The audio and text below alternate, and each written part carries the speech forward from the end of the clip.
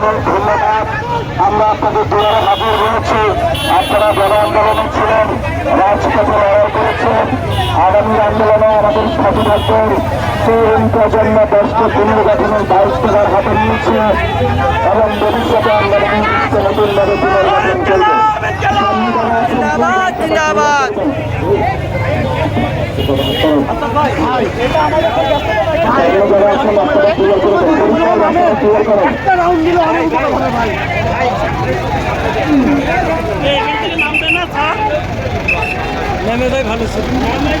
না না মেলাটা লাগবে